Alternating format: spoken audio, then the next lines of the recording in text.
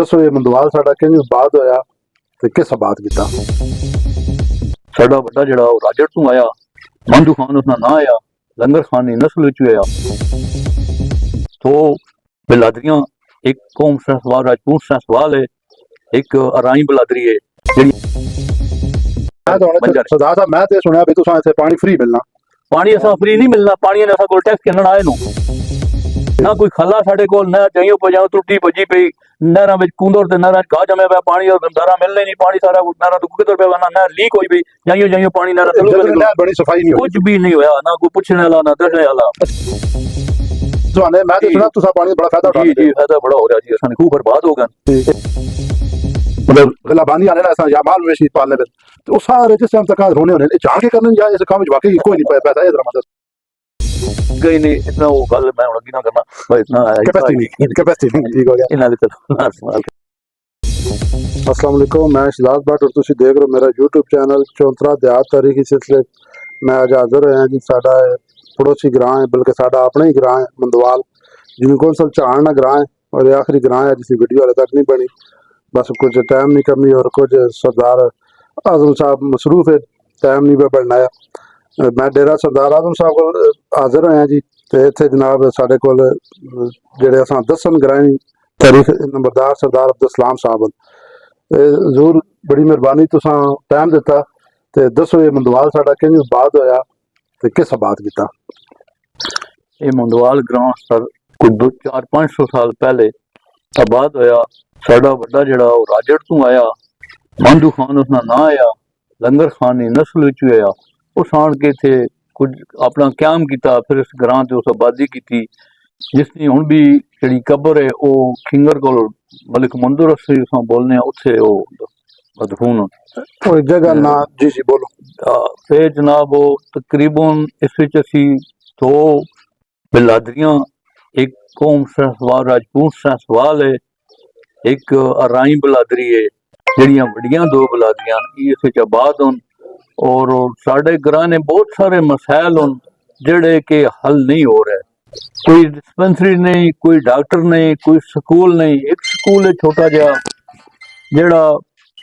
बच्चा ते बच्चियां कट्ठे पढ़ने पैन और वो भी प्राइवेट किया गया। प्राइमरी स्कूल है लेकिन वो प्राइवेट है, सरकारी नहीं है। वो भी प्राइवेट उस्तानियां लगी पता नहीं किथू आनी किथू नहीं, कौन है कौन नहीं है, बच्चियां पढ़ाने कोई तालीम ना म्यार ही कोई नहीं। सरदार साहब अगे डिस्कस करने जरा ग्रां ना होवे जना फिर एक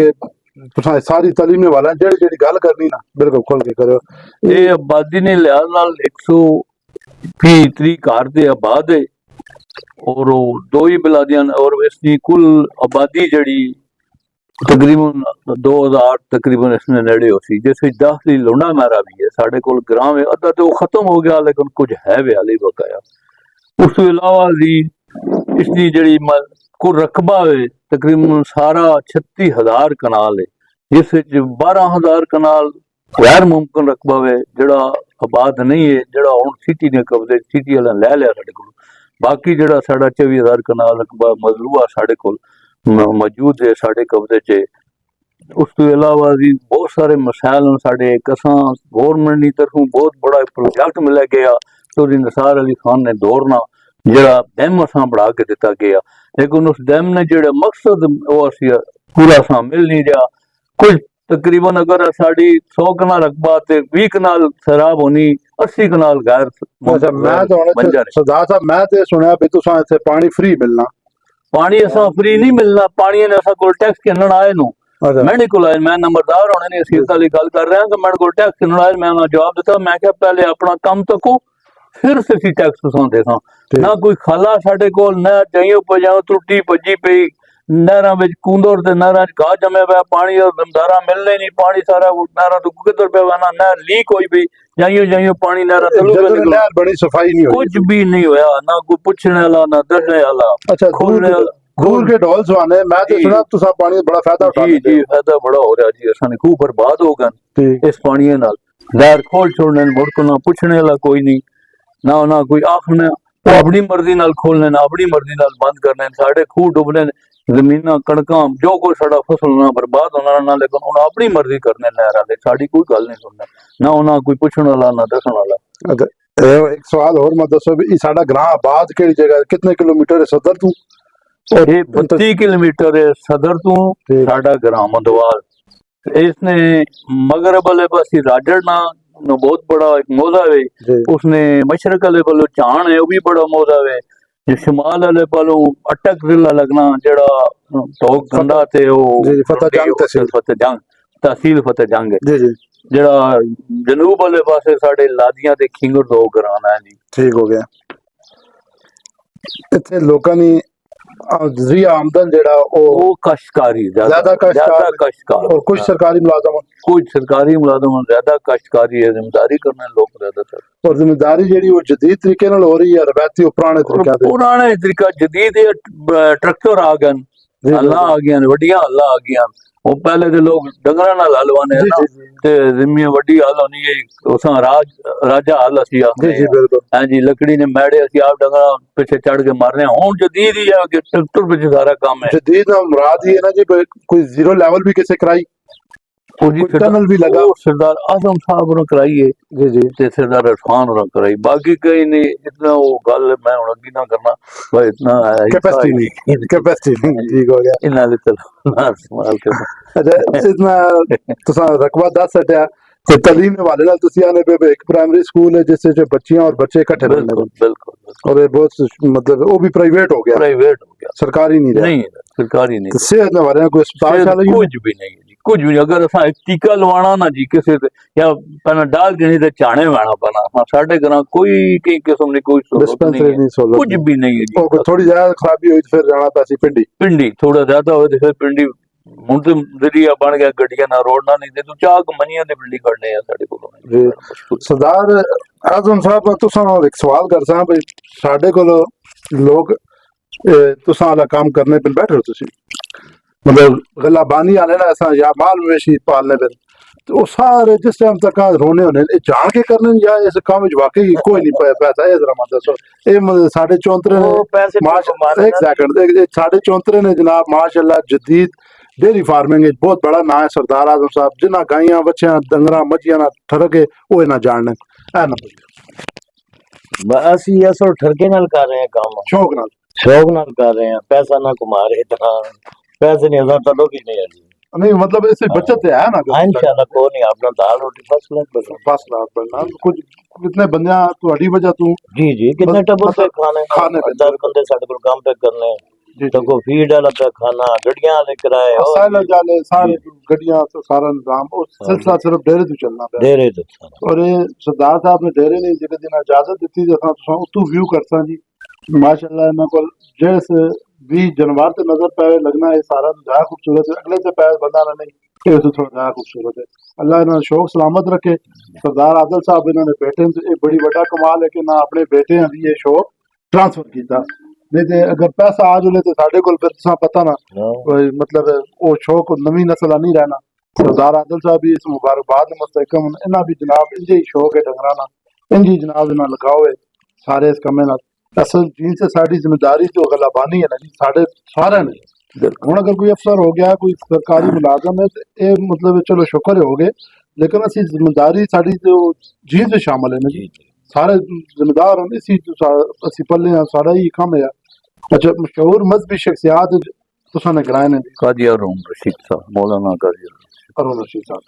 और ए मुतमैन इस दरस में भी और ग्रां ने मुतमैन जी पूरे ग्रां ने एक किस्म ने साडे और मुतफिका हां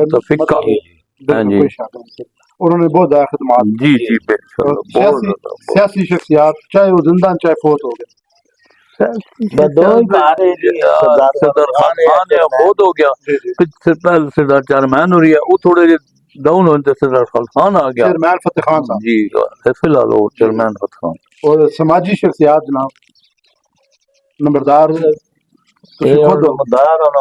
सरदार साहब जी सरदार इरफान साहब गरीब बनी खिदमत करने वाले जी जी गरीब हाँ जी असी दिल खुशी महसूस करने कि साडे कोल बंदा आवे कोई भी आवे असी खुद गरीब हाँ मैं खुद गरीब हाँ मैं हर वेले दुआ करना या अल्लाह मां मरने मस्कीना ने टोले विच उठावी है जी कि सरदार नाल ना उठावी है जी क़यामत वाले दाड़े मस्कीना नाल उठावी मैं मस्कीन हाँ मैं खुद खुश होना कोई बंदा मेरे को आके काम की कोई गल आके مانی جتنی ہو سکے میں جانی ہونی میرے کو مالی تے میں اتنا امیر نہیں ہاں لیکن جانی طور تک میں فل کوشش کرنا کہ میرے کو جتنی خدمت ایسی ہو سکے اللہ تساں صحت تندرستی لمبی اور اسی جذبے نال زندگی دے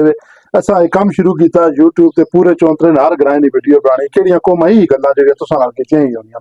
تے تھوڑی کوشش ہی ہے بھئی یار لوگ ذمہ والے پاسے جدید طریقے نال لاون اس بھی شامل ہے اس وچ چلو لوکاں پتہ چلتی اس متعلق کیا آنے بے ٹھیک ہے یا چھوڑ دیں بہترین ہے جی کیوں نہیں لوگوں نے حالات واقعات لوگاں گورنمنٹ تک ونن مطلب اعلی افسران تک ونن اور مطلب عوام جڑے لوگ سننے انہاں تک ونن بڑی اچھی گل ہے تو اچھی تو اور گل کوئی نہیں کسی نے دکھ درد شمار ہونا کہ اللہ بھی راضی اللہ نہ رسول بھی راضی تے عوام بھی راضی بے شک سمجھی گل منی تے ہن تسی آخری گل دعا ساڈے بزرگاں چ جڑا مرضی بندہ کر سٹے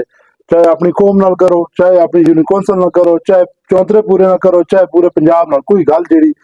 کوئی اصلاح کوئی نصیحت بزرگ ہو نا کوئی نصیحت کرنے جیڑی گل کرنے آخری کرو میری تے نصیحت یہ جی میں تے دعا کرنا اللہ اپنی برگاہ وچ رو رو کے دعا کرنا یا اللہ ہر مومن نوں سمانا ہر کلمہ گواں جنت نصیب کری ہر کلمہ گواں نماز پڑھنے دی توفیق دیں نیک کام کرنے دی توفیق دیں ہر بندے اپنے گناہ بخشوانے دی توفیق دیں میں رب اگے رو رو دعا کرنا اللہ پوری امت محمد صلی اللہ علیہ وسلم جنت وچ کھڑی تے اساں کٹھیاں جنت وچ کھڑی اپنی جنت نصیب کری تے ہر بندے چاہیے اچھے تو اچھے کام کرے اللہ نہ دین اپنائے یہ دنیا کوئی چیز نہیں یہ فانی ایسا آیا تے آیا نہیں آیا تے گیا تو سنے والد صاحب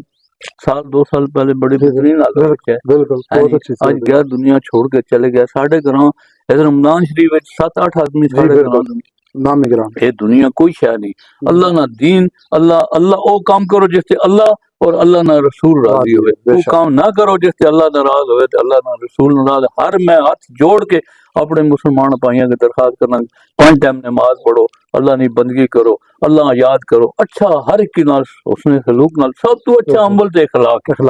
کچھ بندے نے اندر اخلاق نہیں نا وہ پاویں کروڑوں نمازاں پہ پڑھے جو مرضی کرے اخلاق نہیں ہے تو کچھ بھی نہیں ہے ہر بندے چاہیے نہ اخلاق نہ رہے غریب تے شفقت کرے بچیاں تے شفقت کرے وڈے نی قدر کرے اپنے تو وڈے نی عزت کرے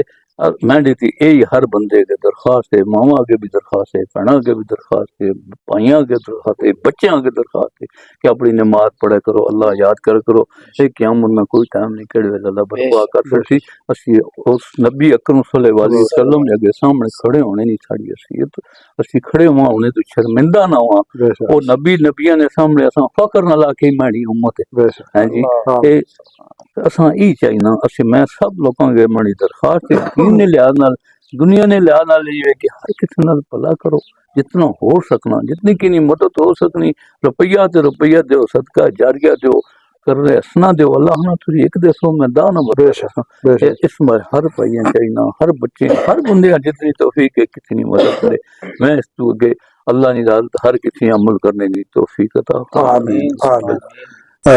بڑے زبردست گلاں نہ کیتیاں جی ہن میں تو گنجائش ہی کوئی رہی اگلی کسی ویڈیو میں پھر حاضر اساں ایک دفعہ پھر میں جناب اپنے بزرگاں ساڈے سردار عبدالسلام صاحب سردار اعظم صاحب انہاں نے بیٹے ساڈے بھائی سردار عادل صاحب انہاں شکریہ ادا کرساں انشاءاللہ انہاں کو ساڈا چکر لگنا نیکسٹ کسی ویڈیو پھر حاضر اساں اللہ حافظ جزاک اللہ